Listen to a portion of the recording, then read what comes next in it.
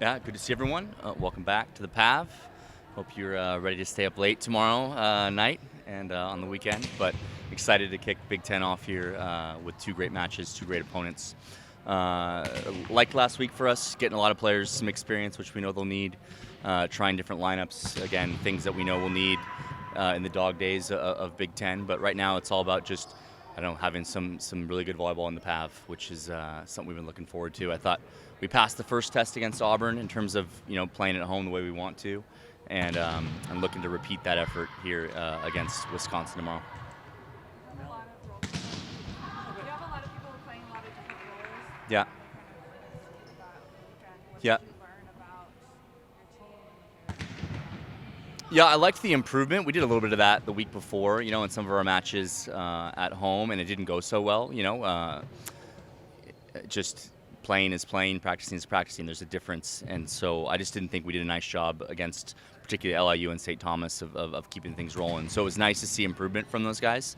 It was nice to run a few lineups that we hadn't practiced and shown them that you don't have to kind of do something 1,000 times to be able to do it, on command. We're going to have to be pretty nimble in conference, and so I just thought they handled things a lot better. So anytime there's learning, you're pretty stoked. Melani mentioned that when Wisconsin's in here, it sometimes seems like it's louder than at a football game. What is it about? I mean, every Big Ten match is huge. What is it about Wisconsin that just kind of gets the blood boiling around here? I mean, rivalries are what makes sports special, and I feel it certainly coming from the West Coast, where sometimes it felt like those rivalries weren't as intense, but you feel it out here, Mel has been telling me what it's like to be in the PAV against Wisconsin. I haven't had that opportunity yet, so she's got me fired up. Yesterday I told her to hang on for the speeches, but she'll have this group ready. That's apparent. They were pretty focused yesterday. We'll have a short practice today, but man, it's her last time having that opportunity. You can sense it when you talk to her, and she'll get this group ready. Yeah. Is there any, you mentioned the late start, I guess, relatively. Is there anything you do to try to, like, you say, take a nap during the day? Do you have any special thoughts on that? Yeah, game days are long in general, right?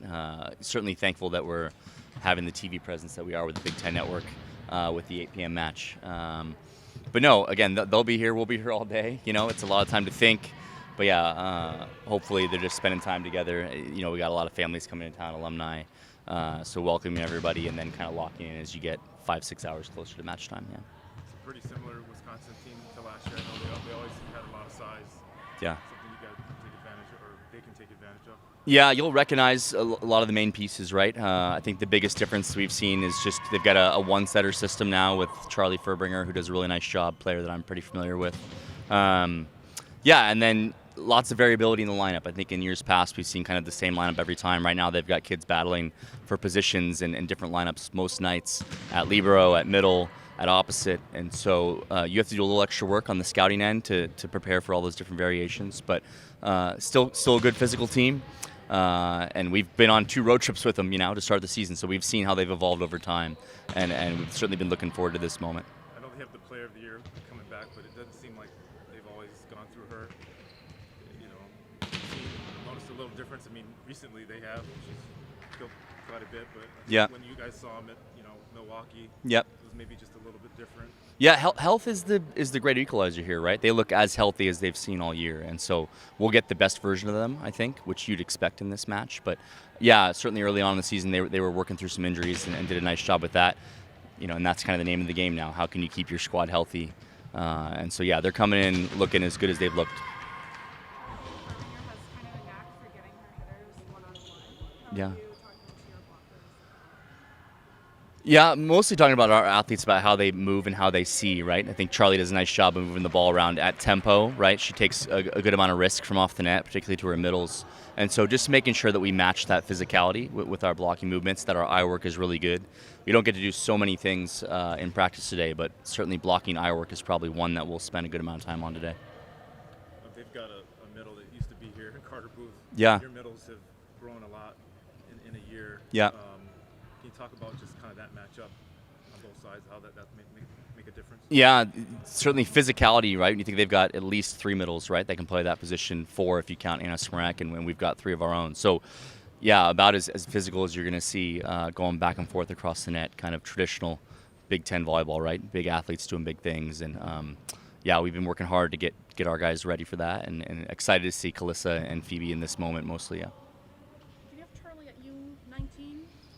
Yeah, a few years ago. Yeah. But again, she talking about a West Coast kid, right? Growing up in Southern California, seen her play since she was 12 or 13. Her dad and mom are coaches at UCLA, so known those guys for a while, and gotten to see her evolve. But yeah, coached her at USA. Nice young athlete, has been really steady for them here as a freshman. Yeah. Talking about middles with Kalissa too. I remember last year you saying that she was your best slide hitter. Yep. How has her ascendance really just helped fuel this offense, and where can she continue to grow to? Yeah, mostly growth in terms of volume, probably, right? I think she's super efficient, probably our most efficient attacker by far. But how much volume can she handle, and how much variety, right, is just kind of the name of the game here from now until when she leaves us, which is hopefully not for a while. But yeah, she's just, we need to get her the ball more often from less than ideal situations. So yeah, it's going to be a fun 20 matches to watch how her offense evolves. Anything else for Keegan? EJ gave me the hook. All right, see you guys. Melani, I think a couple weeks ago you said that beating Wisconsin at one point was like one of your biggest memories. Yeah. Playing here. What is it about beating, playing Wisconsin? Like, what is that like, and what is it about that rivalry? Well, it's a lot of fun playing them. Obviously, we all like kind of know each other just from club and stuff, and then we play them every year twice, so you just kind of get to know each other through like I don't know if they would call us friends, but like we like, and then you play USA with a lot of them, so we're pretty familiar with the people, I would say, and then they're obviously an amazing volleyball program, and then it just adds to the fact that it's the border battle.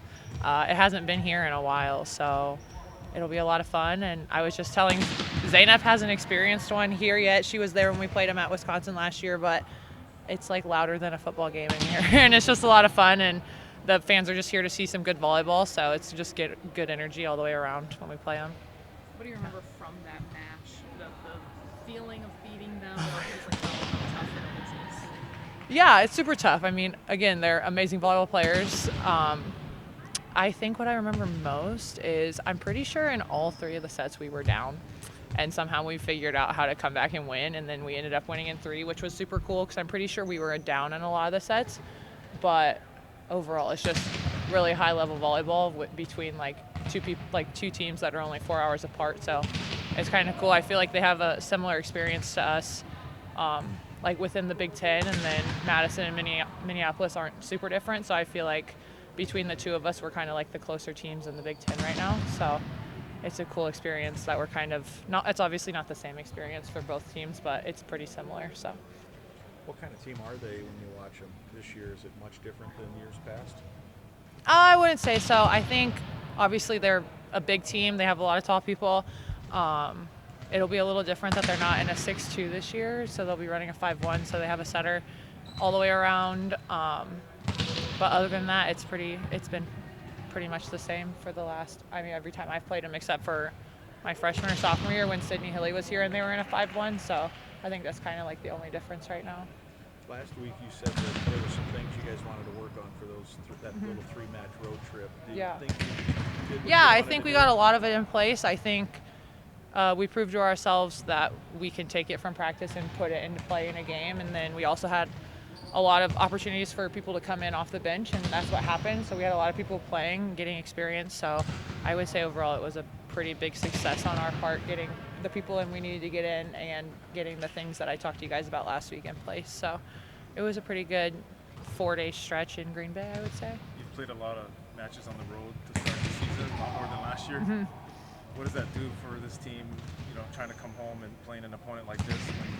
I think the last time was Auburn, and that was a good atmosphere, but then there was a stretch of, we don't know what it's like. I think it's probably better for us, honestly. I think being able to play like either in front of little crowds like we were when we played Chicago State at like 12:30 on Saturday. So there was I think our parents and then the Chicago State parents were there.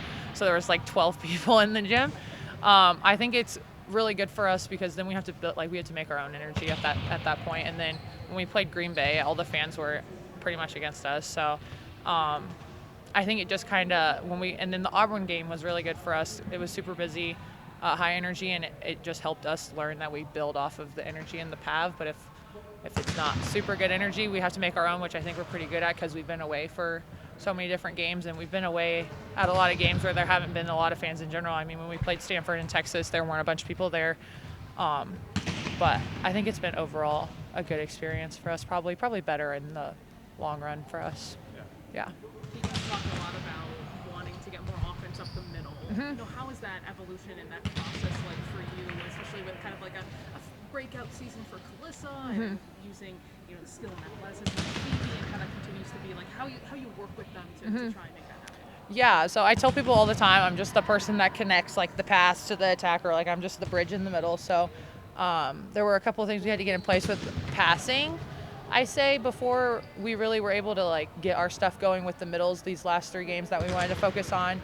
But I mean, Calissa and Phoebe are amazing athletes. Like they could probably play any other sport and be really, really successful in that. So I think that helps. And then they're also very good communicators. So we have a pretty good hitter-setter relationship, I would say. Like no one's ever getting mad or upset, and it's normally a pretty good conversation between the two, like the 3 of us when something does go wrong, and then the next ball normally is what they need or like what I needed from them. So I would say the biggest part and the most fun part for me is being able to have like a super easy conversation when stuff isn't going well with them, and they're always here for it. So it's not like they're ever not engaged in what's going on and what we're trying to work on. Anything else for Melanie? I had a quick comment from Melanie, actually. She couldn't be here. She wanted to know what you feel like the biggest focus of the offense is for you setting right now. Right now, I would say set the best ball I can. If I am in a position where the pass gives me the ability to set who I'm supposed to set in that right moment, then that's even better. But at the end of the day, if it's a off the net pass or something, I need to make it a hittable ball and keep us in system as much as we can. So that's been a big focus for me. Not bump setting as many balls has been a really big focus, so I can keep the offense in system as much as possible and keep it more, just more in system is what I want to say, I think, and getting hitters what they need at the end of the day. Just kind of like the most basic thing a setter is supposed to do, but doing it over and over again for however many games we have, because we play a lot of games, is tough. So I think that's my focus right now for our offense and like my role I play in that. And last one from Emily was, which setting connection feels the strongest to you right now? Oh gosh, strongest? She's bringing the tone. I want to say me and Calissa's has been pretty good, considering she didn't play a lot last year, and I want to say we didn't have very many, we didn't have the ability to run the slide as much as we did last year as we do this year. So I think it's been really cool to see how I've been able to find her and she's been able to connect with the sets I'm giving her, considering this is like a brand new relationship we built in preseason. So, and she's a lot of fun to set because she's a freak athlete. So yeah. Yeah. Can you talk about what it means to be able to come back to the PAV and play? I know you had a lot of road matches this year. Yeah, I'm so excited to be back at the PAV, and obviously it's a border battle, and our fans are great, and I just am so proud of this team and what we've accomplished this season. So it's going to be really fun to get out there tomorrow night and battle with them. Talk about your role and how different it is from the last time you played them, and obviously I think across the board there's a lot of players on this team that have different roles this year. Yeah, last year, I did a little bit, serve sub, maybe DS'd a little bit, and now this year I'm actually getting the opportunity to play a lot more. And it's very different, especially last year when we played them, we only got to play them at Wisconsin, which that's a hard environment to play in. So I kind of got thrown in the third set to go hit, and my mindset was just go hit it. Like nothing, if I mess up, whatever. And so this year that's kind of the same mindset. Like we can't be scared to go in and go hit and make mistakes because this is a great top 10 team that we're going to be playing. So going in there and giving it my all and hard work and effort is really going to help us. Julie, what are some of the things, when you have a conversation with the team, the role is going to increase this year, what were those things you specifically worked on to be better, to get ready for taking those big swings and taking the most swings? Yeah, attacking wise, I think I needed to learn how to hit high hands because the blocks in the Big Ten are huge. And so it's very important to learn that. And then also passing wise, that was maybe my weakest skill. And so me and Keegan worked a lot on my passing and being able to have a lead leg and great angles because very tough servers in the Big Ten too. And speaking of blocks, maybe none bigger than Wisconsin. You're familiar with them. You talked about that third set, but just what's the mentality when you are seeing them across the net? And you've been in these big situations, including earlier this season, but how that kind of translates to Big Ten play with Wisconsin. Yeah, I just got to keep doing what I do every day in the gym, and my teammates are going to have to help me a lot, and I'm going to have to help my teammates in these situations because the blocks are huge. I'm going to make mistakes. Everyone's going to have those hard moments, and just being able to see the block really well and know that my defense is behind me covering is going to be important. Keegan hasn't experienced hosting Wisconsin in this building. What do you guys describe to him what it's probably going to be like? Yeah, the last time I played Wisconsin at home was my freshman year, and that was a crazy experience. Like, I don't even have words to describe how crazy it is, but it's going to be so loud in here. It's sold out. He's not ready for what's gonna happen tomorrow. He's not ready. Anything else for Julia? All set. Thank you.